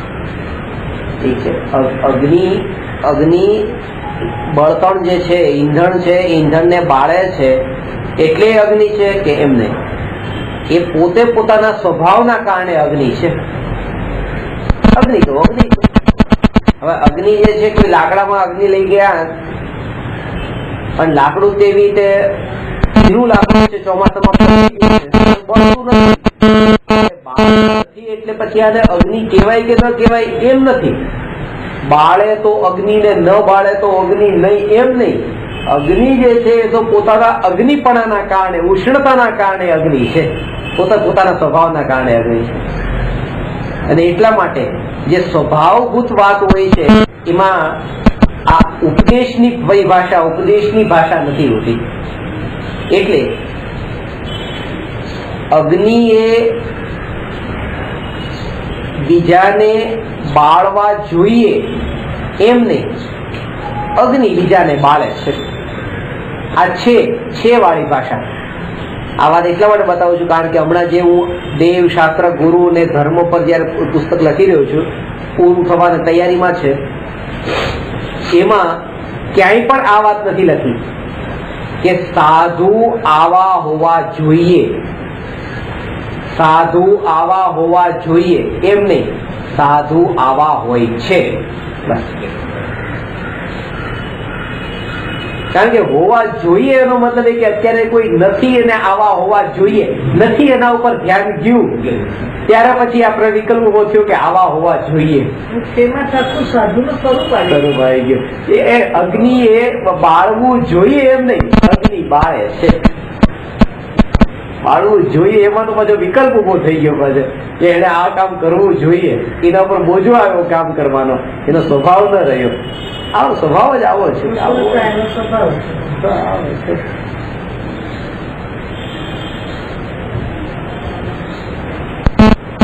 ભગવાનની પ્રતિમા આંગી રહિત હોવી જોઈએ એમ નહીં, ભગવાનની પ્રતિમા વિતરાગ પ્રતિમા હોય છે. એ ભગવાનનું વાસ્તવિક સ્વરૂપ છે. આવું સ્વરૂપ હોવું જોઈએ એમ નહીં, આવું સ્વરૂપ હોય છે. હું જીવન બધું કરતા પણ આવે છે. કરતા પણ આવી ગયા મારે કઈ કરવાનું નથી, ઠીક કરવાનું પાછું હોવું જોઈએ એટલે વસ્તુનું સ્વરૂપ જ આમ છે.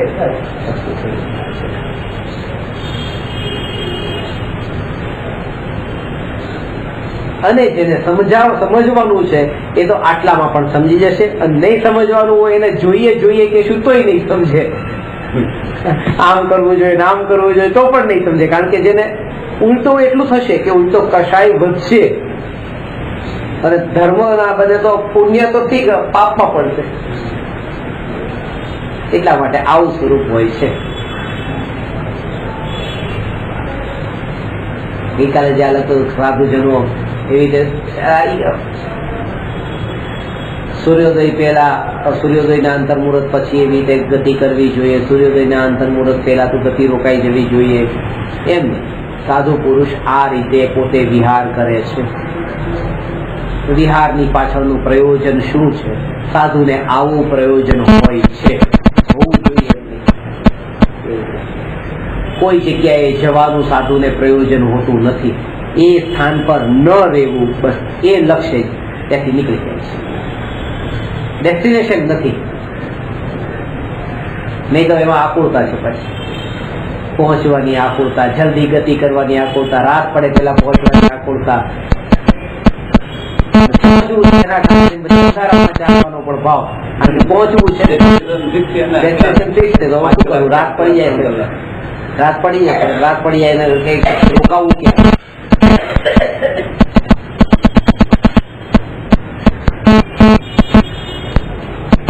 અકસ્માતો જે થાય છે અત્યારે અકસ્માતો, હવે એ ભય ચાલુ થઈ જશે. હવે એક્સિડન્ટ નહીં થાય, એક્સિડન્ટ નહીં થાય. ભય થઈ જાય ને એવું પણ થઈ ગયું. ત્યારે વિચારધારા એવી પણ આવી ગઈ લોકોમાં કે હવે કે એમને મોટરમાં જવાની કે શું આપે એવી વાતચીત પણ ચાલી કે મોટરમાં જવાની કે આ રોજી એટલે એક્સિડન્ટ થાય એના કરતા કે એમને કે મોટરમાં જવાની સુવિધા આપો, કે આ એમને હવે કે બંધન ના રાખો. એટલે એ જ કે ત્યાં એમ નહીં કે સાધુઓએ જયારે આંખેથી ન દેખાતું હોય, સાધુને જયારે આંખેથી ન દેખાતું હોય ત્યારે એક સ્થાન પર રહી જવું જોઈએ. નિયમ તો એવો ન દેખાતું હોય તો બીજા પાસે ખુરશી પર બેસીને, વ્હીલચેર પર બેસીને ધક્કા મરાવરાવે એ કામ ન કરવું જોઈએ. આ સાધુજનોને જયારે આંખ નબળી પડે તો જયારે દેખાતું ન હોય ત્યારે એક સ્થાન પર નિવાસ કરે છે. બસ આ કરવું જોઈએ, એમાં પણ નહીં, નિવાસ કરી દે છે.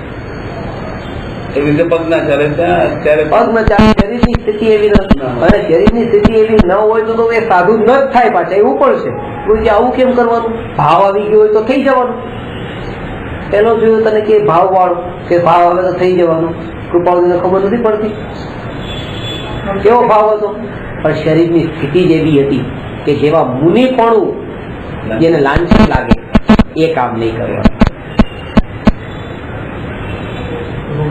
એમાં પોતાને લાંછન નહીં લાગે છે, મુનિપણાને લાગે. પોતાને તો માન મળે, પોતાને તો માન મળે છે ને, તો પોતાને તો માન મળે છે. પદ છે પણ એ પદ પર પહોંચ્યા હોય ને એને જ આવું માન છૂટ્યું હોય પાછું. સમ્યક દ્રષ્ટિને જ મુનિ થવાનું માન છૂટે છે. એટલા માટે સમ્યક દ્રષ્ટિ મુનિ થવામાં આકુળતા નથી કરતા. આગળ ભાવના પૂરી ભાવે છે, ભાવના તો એવા 14 ગુણ સ્થાન સુધીની ભાવના છે. પૂરું અવસર છે. ગુરુદેવ ના કરી શકતા આપણે આટલા- કઈ પ્રવચનો પૂરો અવસર પર અરે, ગુરુદેવ ના કરી શકતા મુનિગુરુ પણ એમને જ્યાં સુધી પોતાને નહીં લાગ્યું કે હું ના પાડી શકું ત્યાં સુધી એમને એ તો મુનિ જ હતા. આટલું વિચાર ખાર કરવાનો એ કે એ જીવની જે સહજતા કેવી સહજતા, સ્વીકાર છે. ચપ્પલ પહેરવાનો પણ વિકલ્પ આવ્યો તો પહેર્યા. એમ નહીં કે હું કેમ પહેરું, આટલા વર્ષો સુધી ચપ્પલ નતા પહેર્યા તો હવે પછી બે વગર ચાલતું હતું ને, ચાલી શકતું હતું, પણ કેમ પહેર્યા, વિકલ્પ આવ્યો. દંભ ન કર્યો, પોતાના જાત સાથે એવો માયાચારનો ભાવ ન કર્યો. દમ તો એને જ કરવો પડે જેનું જીવન જ પૂરું કપટથી ભરેલું પડ્યું. બાકી એને બતાવવાની જરૂર પણ નથી પડતી કે હું આને તમે બતાવું કે હું આવો જ્ઞાની છું, કે હું સમ્યક દ્રષ્ટિ છું, કે હું ત્યાગી છું, તપસ્વી છું.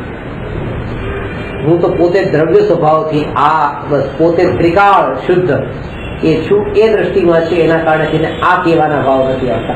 કારણ કે જાણે છે કે એના બદલામાં જે મળશે માન અને એના બદલામાં મળશે જે આનંદ, એ આનંદ આ ત્રિકાળી ન્યાયકના અતિન્દ્રિય આનંદની બરાબરીમાં તો કઈ નહીં. વિકલ્પ કઈ ગાળી દીધી જશે. હા,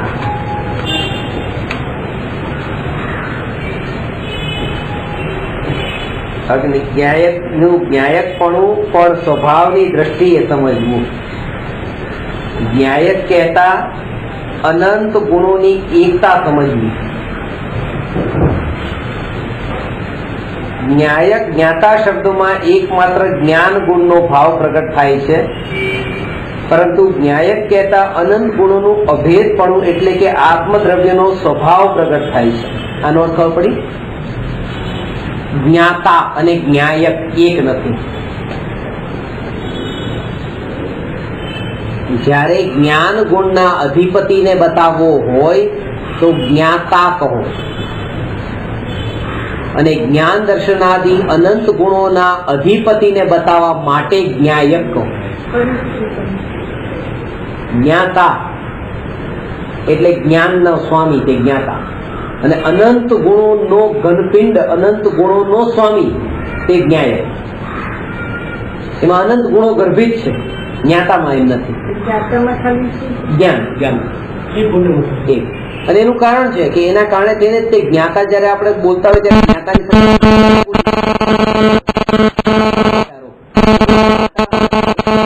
દ્રષ્ટા શું કામ બોલવું પડે? પણ અલગથી દ્રષ્ટા કીધું ને, જ્ઞાતા દ્રષ્ટા, એ તો ન્યાય બીજું કઈ નહીં. કારણ કે એમાં બધું ગર્ભિત છે.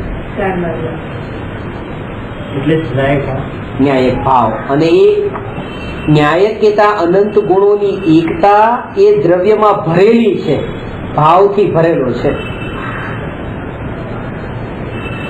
જે ભાવ ખાલી થતો નથી, જેમાં કોઈ ઉતાર ચઢાવ નથી.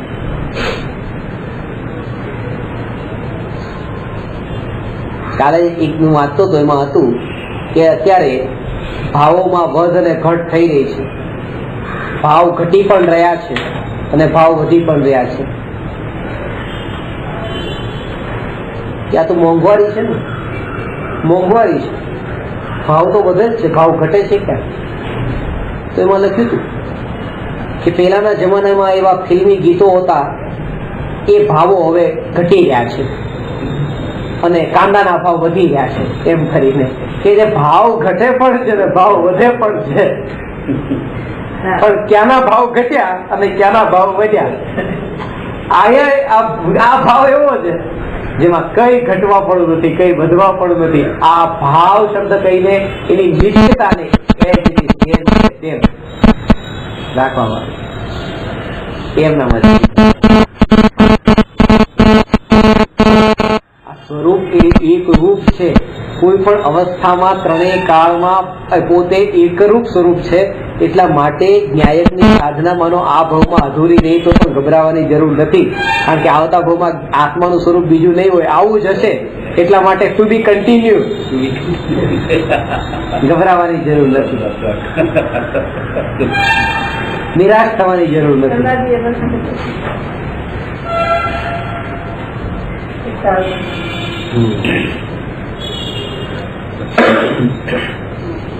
ન્યાય આ થયું. જ્ઞાયક ભાવ આબાળ ગોપાળ સર્વને નિત્ય અનુભવમાં આવી રહ્યો છે, પરંતુ જ્ઞાયક ભાવમાં એકત્વ સ્થાપિત થયું નથી, તેથી સમ્યક દર્શન રૂપી ફળ પણ મળ્યું નથી. આબાળ ગોપાળ સર્વને આ આત્મા અનુભવમાં આવી રહ્યો છે, અનુભવમાં આવી રહ્યો છે. તો આ આબાળ ગોપાળ દુઃખી કેમ છે? બધા આબાળ ગોપાળ એટલે આ બધા સંસારીઓ, અજ્ઞાનીઓ, બધા બાળકથી લઈને બધા, આને આત્મા અનુભવમાં આવે છે, દુઃખી કેમ છે? એક જ કારણે દુઃખી છે. અનુભવમાં આવી રહ્યો છે આત્મા અને માની રહ્યા છે જગત. અનુભવ કરી રહ્યા છે આત્માનો અને માની રહ્યા છે કે આ અનુભવ થઈ રહ્યો છે જગત. આટલી જ માન્યતાના કારણે આબાળ ગોપાળ સર્વને આત્મા અનુભવમાં આવતો હોવા છતાંય આત્માનો અતિન્દ્રિય આનંદ પર્યાયમાં વ્યક્ત થતો નથી.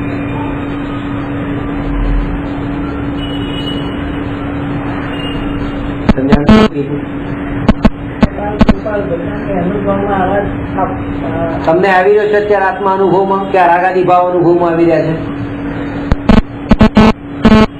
ત્યાં તો અધરી દશા છે ને, સંસાર દશા છે, મિથ્યાત્વની ભૂમિકા છે. તો અત્યારે આ આત્મા અનુભવમાં આવી રહ્યો છે કે રાગાદી ભાવ અનુભવમાં આવી રહ્યો છે? રાગાદી ભાવ, માન્યતામાં રાગાદી ભાવ. અત્યારે રાગાદી ભાવ અનુભવમાં નથી આવતા. આ વાત સમજો, સૂક્ષ્મ વાત છે કે અત્યારે કોઈના પ્રત્યે રાગનો ભાવ આવ્યો તો આ રાગ અનુભવમાં ન આવ્યો. અત્યારે પણ જ્ઞાન જ અનુભવમાં આવ્યું છે અને પછી એમ માન્યું કે આ જે અનુભવમાં આવ્યું તે રાગ છે, પછી એટલા માટે તે હું રાગી થયો એમ માન્યું. અને જ્ઞાની જાણે છે કે આ જ્ઞાનમાં જે જ્ઞાનરૂપ જે પરિણમન થયું, આ અનુભવમાં આવી રહ્યું છે તે જ્ઞાન જ છે, તેથી હું જ્ઞાની છું, હું રાગી નથી. એટલે દોષ નથી, ત્યાંથી દોષ નથી.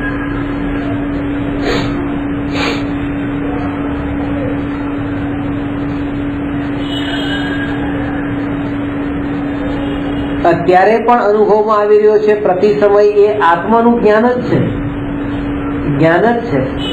પણ એ જ્ઞાનનો આકાર એ રાગાદી ભાવના આકાર જેવો છે અને આને અનાદિથી મિથ્યાત્વ ભાવના કારણે એવો અભ્યાસ છે કે આ રાગાદી ભાવનો હું અનુભવ કરું છું, એટલે આ જ્ઞાનમાં જ એને રાગાદી ભાવની સ્થાપના કરી.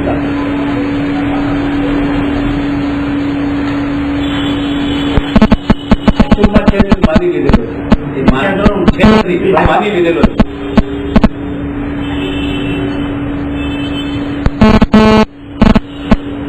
કારણ એ કે જો આ બાળ ગોપાળને રાગાદી ભાવ અનુભવમાં આવતા હોય અને આ બાળ ગોપાળ રાગાદી ભાવ અનુભવમાં આવી રહ્યા છે એ માનતા પણ હોય તો પછી આ બાળ ગોપાળ સમ્યક દૃષ્ટિ થઈ ગયા. કારણ કે જો અનુભવ આવતો પણ અનુભવમાં આવી રહ્યું હતું જ્ઞાન અને માન્યું કે આ જે અનુભવમાં આવી રહ્યું છે તે રાગ છે. આ મિથ્યા માન્યતાના કારણે આ બાળ ગોપાળ સંસારમાં પરિભ્રમણ કરી રહ્યા છે.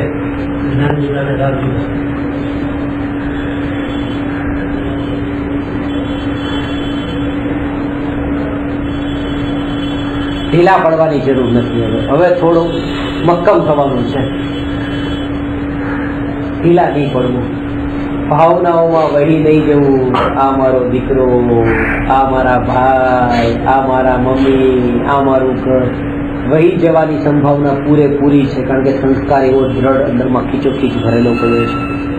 થોડોક એવી રીતે આગળનો વિચાર એકવાર કરે, આની પછી આની પછી આની પછી. કાળ અનંત છે, સંયોગો ક્ષણિક છે, તેથી કરીને એ સંયોગો માટે હું પોતે પોતાને ભૂલી જાઉં આ યોગ્ય નથી. એવી જાગૃતિ જો દરેક સમય આવી રીતે તત્વ વિચારના બળે રહે તો નિયમથી એ પામ્યા વગર રહે કેવી છે? કારણ કે પ્રગટ તત્વ છે, સત્ય માનવાનું છે, ઊંધું માનવાનું તો હજી પણ કઈ અંદરથી કોન્શિયસ એમ કે તું સતત થઈ ગયો છે એવું થાય છે. એ રાગમાં તું પોતે માની થઈ જાય તો એ સતતતા નથી. કારણ કે એ જે તમે કીધું ને કે હું છે રાગમાં અને પોતાને જ્ઞાન માને છે, એને સ્વચ્છંદી જેવું લાગે અંદરમાં, તમને લાગે ને કોન્શિયસમાં કે એવું લાગે છે કે હું જો આ એ સ્વચ્છંદી થઈ ગયો તો ત્યાં એમ સમજવું કે આ જ સ્વચ્છંદી થવાનું કેમ વિચાર આવ્યો? કારણ કે ત્યાં અપેક્ષા ઘટિત કરી નથી સમજાય એટલી કે દ્રવ્ય સ્વભાવથી હું આવો છું. એ વાત જાણી હોય તો પછી ક્યાં વાંધો? સ્વચ્છંદીનો સવાલ સ્વચ્છંદીનો સવાલ જ હતો. પર્યાયમાં આવો છું એમ કીધું તો જ બરાબર છે. પર્યાયમાં રાગ હતો, પર્યાયમાં થયેલા રાગનો સ્વીકાર નથી કરતો. અહીંયા તો કહે છે કે દ્રવ્ય સ્વભાવથી હું આવો છું અને દ્રવ્ય સ્વભાવ એ મારું અસલી સ્વરૂપ છે. પર્યાય તો ક્ષણવર્તી છે ને પલટાય છે, એ અનિત્ય છે. દેવ દર્શનમાં એવું કીધું છે કે પ્રભુ તમે મોં સરખા છીએ, દ્રવ્ય દ્રષ્ટિએ સરખા છીએ.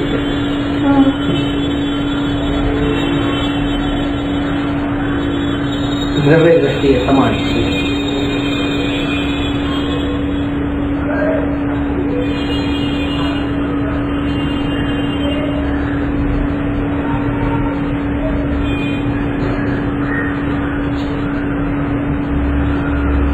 અત્યારે શેઠ છીએ અને જેને કઈ આપી રહ્યા છીએ ભિખારીને 2-5 રૂપિયા, યાદ રાખવું કે આવતીકાલે મારા દિવસો પણ આવવાના આવી શકે છે. એટલા માટે અહંકાર નહીં કરો.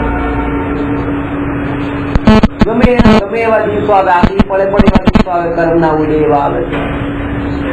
એટલે આ પ્રકારે વિચાર કરીને આપણે પર્યાયના સંસ્કાર એટલા દ્રઢ કરીએ છીએ.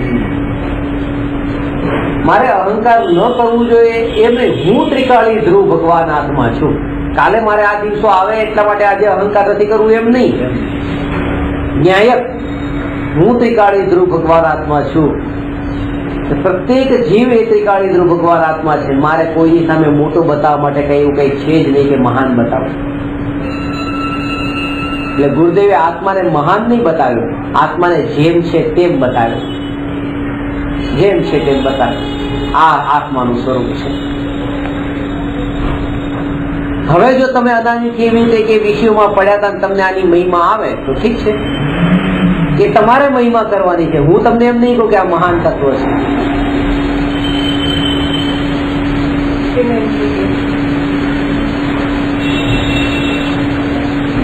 એ તો કોઈ પણ કરે કે જે વાતનો ઉપદેશ આપે છે એ વાતના ગુણગાન ગાય કે ભાઈ આ વસ્તુ બહુ, દરેક દુકાનદાર કે આ વસ્તુ સારી, આ વસ્તુ સારી, આ વસ્તુ સારી. અને વસ્તુ માટે જયારે કોઈ પણ રિવ્યુ અપાતા હોય તો દુકાનદારને નથી અપાતા, કસ્ટમર ના અપાય. કારણ કે દુકાનદાર તો કહેવાનો જ છે. એને સામાવાળા જીવને એની મહિમા આવવી જોઈએ. આ વસ્તુ આવી મહાન. એટલા માટે કુંદકુંદાચાર્ય કીધું અનુભવ પ્રમાણથી.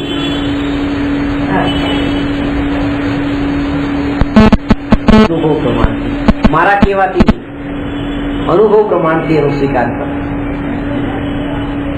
કારણ કે એ તમારા આનંદનું કારણ બનશે. અને આ જે કીધેલું છે એ ક્યારેક તમને સ્વચ્છંદી બનાવી દે. કારણ કે તમે મેં કીધું તમે માની લીધું, બસ પતી ગયું, તમારે કઈ કરવાનું રહ્યું જ નહીં. સમયતારમાં જે આત્માને મહાન બતાવ્યો છે કુંદકુંદાચાર્યનો આત્મા મહાન છે. કારણ કે એ કુંદકુંદાચાર્યનો અનુભવ થયો હતો.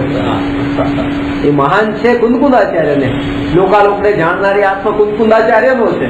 મારો આત્મા તો લોકાલોકને જાણનારો ત્યારે જયારે હું એને જાણું કે હું આત્મા લોકાલોકને જાણનારો, ત્યારે એ લોકાલોકને જાણનારો.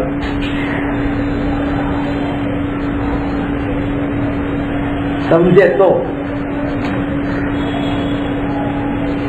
આ બાળ ગોપાળ સર્વને આત્મા નિત્ય અનુભવમાં આવી રહ્યો છે. પરંતુ ન્યાયક ભાવમાં એકત્વ સ્થાપિત થયું નથી. સમ્યક દર્શન રૂપે ફળ મળ્યું નથી.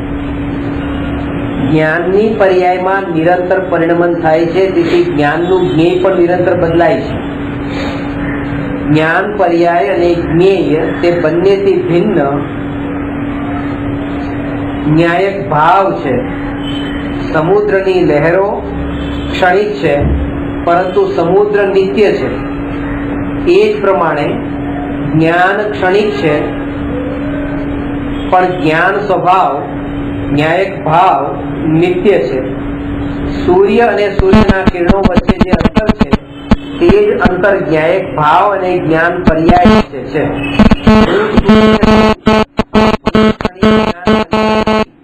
એવું કિરણ નથી. ક્ષણિક પર્યાયમાં એકત્વ કરવાનું ફળ નિગોદના જીવની તીવ્ર વેદના સમાન છે. વાત સમજાવી?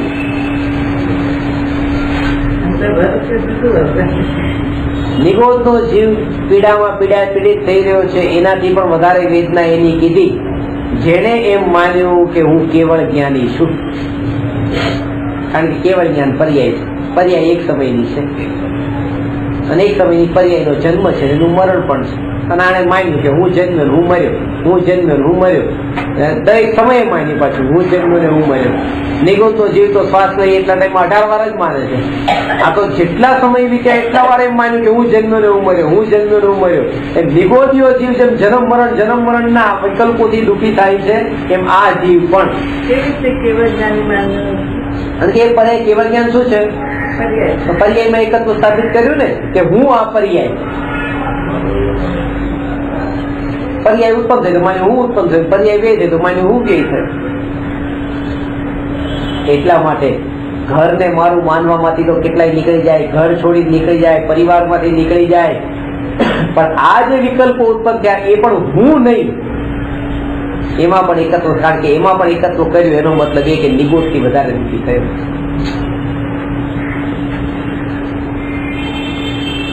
જે આત્માએ એમ માન્યું કે મેં કરોડનું દાન આપ્યું એ નિગોટથી વધારે દુઃખી થયો, કારણ કે આ ભાવ તો મર્યો પાછો નવો જન્મ થયો, પાછો મર્યો નવો જન્મ થયો. નિગોટિયાની જેમ પોતાના જન્મ મરણ એને માન્યા.